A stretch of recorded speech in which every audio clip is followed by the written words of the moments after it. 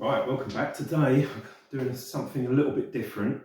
It is just at the start of September, and where I live in Kent in the UK, there is an abundance of wild hops growing in the hedgerows.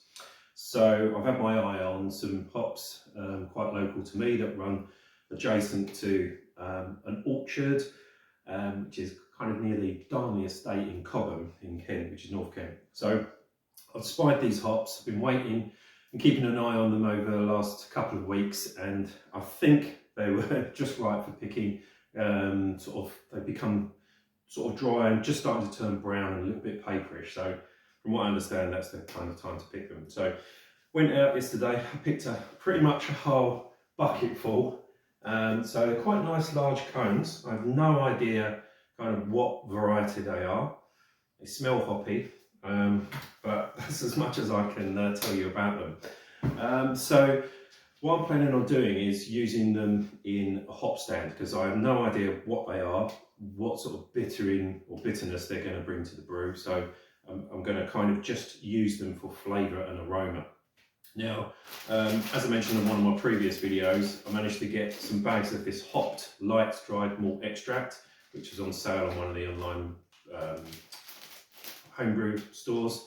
They were selling these 500 grams off for £1. They're sort of just gone out of date. It says 0822. So presuming they don't suddenly go bad overnight, then I'm sure these will be absolutely fine to use. So yeah, sort of a real bargain brew. This one literally it's cost me a few quid to put together.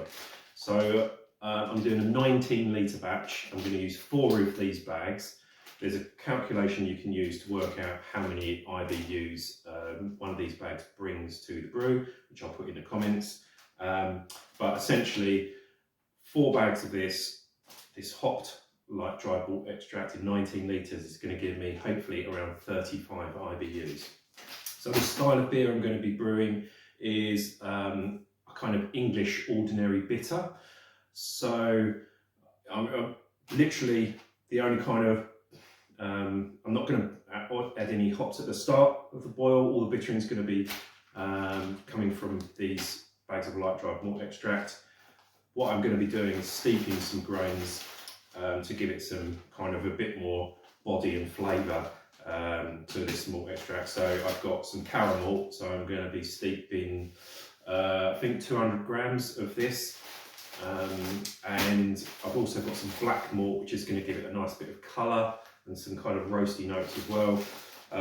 So just 50 grams of that. That's obviously very dark, but it's going to give the brew some colour as well. So that's pretty much it. I'm going to soak or steep these grains for 30 minutes in 60-degree water. I'm going to add some of this Light Dried Malt extract, and yeah, I'm not really quite sure of my method completely yet, but basically I'm using bottled waters, which I've got in the fridge, so I'm going to use that to help kind of bring the temperature down. There's still a hose pipe ban here in Kent, so I've got to kind of be a little bit careful about my water usage and how I cool down. So I'm going to keep my boil kind of small.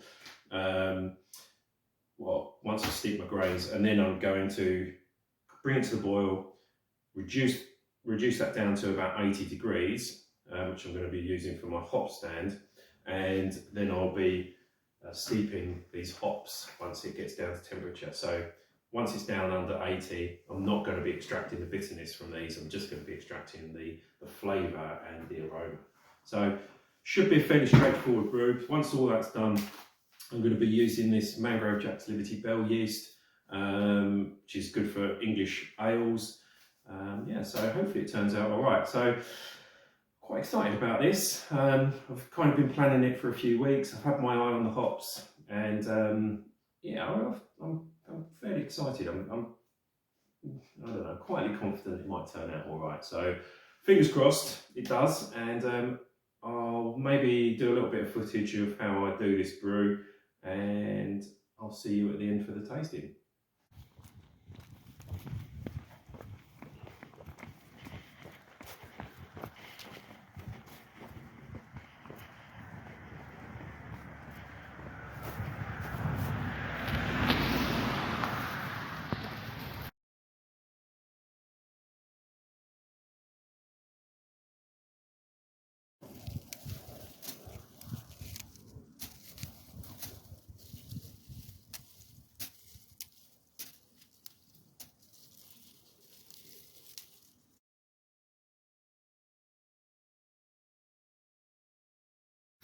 Right, first things first, just bringing some water up to about 65 degrees, so I'm going to steep my grains in that water. I've got about 5 litres of water in there, so I need a bit more volume than I would probably normally use just for steeping some grains, because the wet hops are quite big in volume, so they're going to soak up quite a lot of that liquid, I think, and I need more liquid in there. So yeah, I'm starting off with 5 litres of just normal tap water, which I'm bringing up to 65 odd, so it's just about there now. I'm going to turn that off, weigh out my grains. So I've got 200 grams of Caramalt that I'm using, and I'm also going to be using 50 grams of this black malt. So yeah, I'm going to get that weighed out in this grain stock here, and then get it steeped. Right, so into the pot it goes. I'm just going to leave that for 30 minutes now to steep away, and I'll come back in 30 minutes. Right, so I've just been picking off my hops and transferring them into this bag here. What I have noticed is since I've picked them, some of them have gone a bit brown, so I was planning on brewing them the same day, but I've got a leak in my bathroom and etc, etc. So I'm now about 4 days after picking them. They've gone a bit brown, but I'm just going to go for it and see what happens. So I've weighed them out, and this is less than 300 grams. You can see there's quite a big bag full of stuff here. So there's a lot of twigs and a few bits and pieces in here. So what I was planning on doing was kind of doing a hop stand at 80 degrees for about 10 minutes just to get the flavour and aroma out, because I'm using the pre-bittered light dried malt extract. But what I'm concerned about is there's so much kind of other bits and pieces in here that 80 degrees is not going to be high enough to kind of sanitize it all. So I think I'm going to change my plan and bring to the boil my light dried malt extract and the steeped grain liquor, bring that up to a boil and flame out, turn it off, put my hops in. So I'm going to steep these in straight after the flame's out, leave it for about 5 minutes, because what I don't want to do is extract too much bitterness from this. I have no idea what hops these are, how bitter they're going to be. So I'm going to put them in for about 5 minutes straight after flame out to kind of sanitize it and get that hop stand going. And then I think I'm going to quickly, after about 5 minutes, add some cold water, bring the temperature down to about 80 degrees, and then leave that for a further 5 or 10 minutes just to sort of continue with that hop stand. So that's the plan, because as you can see, I've got a great big bag of hops now that I've got to try and steep in the 5 litres of liquid that I've got. So it's going to soak up quite a bit, I think. I'm making this up as I go, so it's all a big experiment. I've never done this kind of thing before, so it's going to be an interesting thing, and I'm certainly learning as I go. All right, so yeah, the liquors, well, I should say the steeping of the grains is almost over. Got quite a nice dark liquid. The other thing that's concerning me is I don't know whether I've overdone it with the black malt. I can kind of smell the toasty notes from it, which I was hoping I wouldn't get too much of. I'm really just using it for colour, but yeah, we'll see how it goes. As I say, it's one big experiment. It might turn out fantastic, it might turn out not very good. All right, anyway. All right, well, 30 minutes is up for steeping these grains, so I'm just going to pull this grain stock out. It doesn't look too bad, actually. As I said before, I was getting a bit concerned that I've added too much black malt, but actually now I've sort of agitated it, getting a nice sort of caramelly malt aroma coming off that Caramalt, and not so much of the toasty sort of notes that came through at the start from that black malt. So let's give that a bit of a dunk, a little bit of a squeeze, get that out, and then what I'm going to do is add my 1 packet of the dried malt extract, so 500 grams of dried malt extracts going in here as well. Okay, so just added my light dried malt extract. Obviously this is off of the flame. Never drop your dried malt extract into your pot when the flame's on is it'll just drop to the bottom and scorch on the bottom. So I've literally just pulled the bag grains out, added my dried malt extract, and now I'm going to get this on the boil. Right, my malt's been boiling for about 5 minutes now, so I'm going to start thinking about putting my hops in. So I'm going to literally turn the flame off, move this off of the hot ring, and dunk my bag in, as it were. So I might not be able to do that one-handed based on the size of this bag of hops, so I'll cut to that in a sec. Right, they're in. When I lifted the bag in, there was a couple of tiny little green creepy crawlies coming out of there, so I'm not sure I'm going to be able to call this a vegetarian beer, but hopefully that's not going to make too much difference to the overall taste. Yeah. I've lifted the bag of hops out. I'm just letting that drain off into my fermenter, and in the pot I'm left with this nice hoppy wort. So I'm going to add the rest of my dried malt extract to this pot, so it can dissolve into the liquid. Pour that into the side of the fermenter. I don't want it to go through the bag, and then top it up with cold water, which I'm going to kind of pass through the bag of hops. Right, that's it, all topped up to 19 litres. Just about to pitch my yeast, which is this Liberty Bell M36 from Mangrove Jacks, and take a gravity reading and chuck it in the old firm fridge for a couple of weeks. Hopefully it's going to turn out all right. It certainly smells quite nice. It smells hoppy, so you know, it might turn out all right, but who knows? It's one big experiment.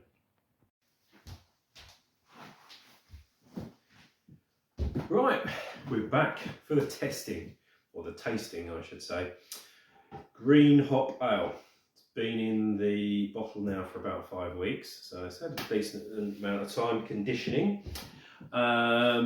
This one's just come out of the fridge. The reason being is I did try one last night and it's over-carbonated, which is standard form for me.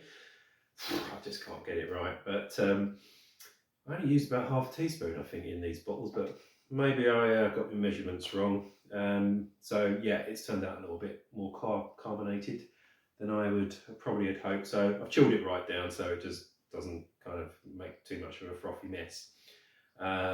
But actually, after chilling, when I have tasted one chilled as well, it does taste a little bit better chilled, so doesn't really matter too much. Anyway, on with the tasting. So let's give it a pop, see what it looks like.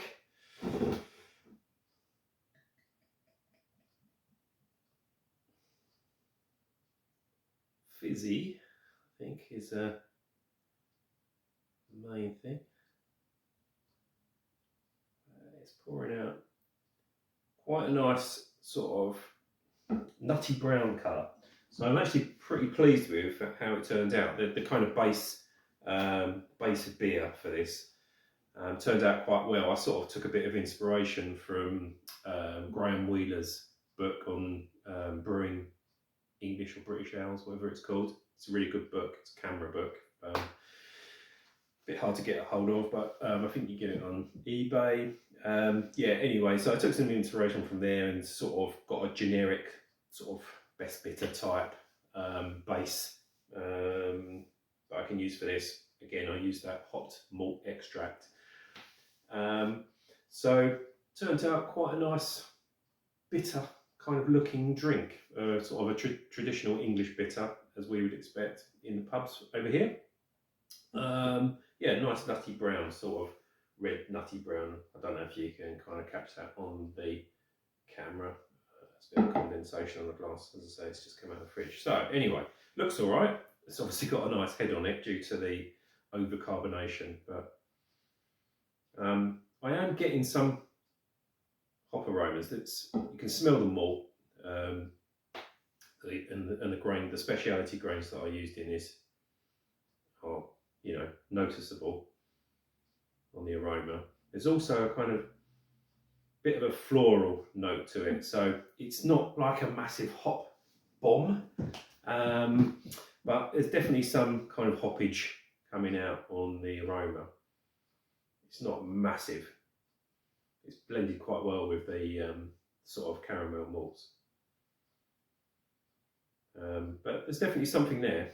So it's not a kind of nasty onion garlic type smell that I think you can get with wild hop. So that's a plus, that's a bonus. So it does smell like a kind of beery hop, if you know what I mean. So it smells all right. I'm going to dive in.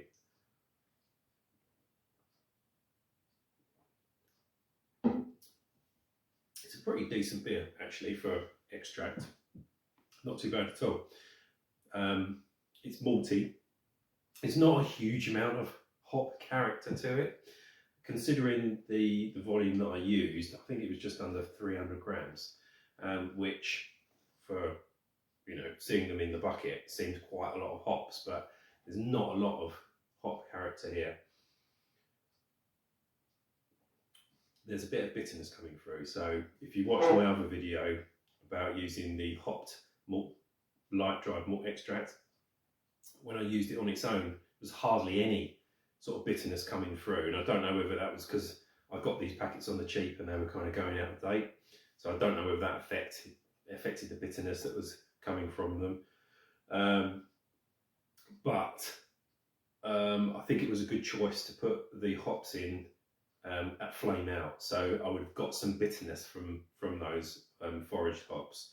And that has actually worked quite nicely. It's not overly bitter, and it's not kind of a real sort of upfront bitterness, but it's a nice bitterness kind of on the finish. You get it at the kind of back of your mouth after you swallow. So it's a pleasant bitterness, and it's just about enough to kind of counterbalance the sweet caramel malt. It's actually not bad. It's not as hoppy as I was hoping, but you know, I had no idea what variety they were, what they taste like, kind of anything like that. So it was purely, you know, finger in the air kind of experiment. And I wouldn't say it was a failure. I don't know, you know, it's turned out all right. I think what I've learned about this since, and Malt Miller have released a video actually in the last couple of weeks about making a beer exactly the same as this actually. I think theirs was all grain, but they did, they foraged the hops from a local hedgerow, and they did exactly what I did. Theirs turned out more successful, as you would expect from the Malt Miller. But a couple of things I learned from that was that I think I might have picked the hops a little bit too early. So they were suggesting that they kind of need to have this dry papery feel when you pick them. Mine were a bit more green. And also they used at least twice as much in their steep than I did. So yeah, I'll just have to get picking a few more, I think, for next year if I do this again. And maybe leave it another week or two before I do pick them. So I learned a couple of things from that video. It's an excellent video. Go and check it out if you're thinking about doing this kind of thing. A bit late in the year now, but maybe for next year. But yeah, all in all, I've enjoyed this experiment, and it's a fairly decent beer, I have to say. Yeah, I'm definitely going to enjoy drinking a few of these. It's a really nice, easy drinking beer. Perfect for Friday night. So yeah, going to enjoy this and maybe a few more. Cheers, guys.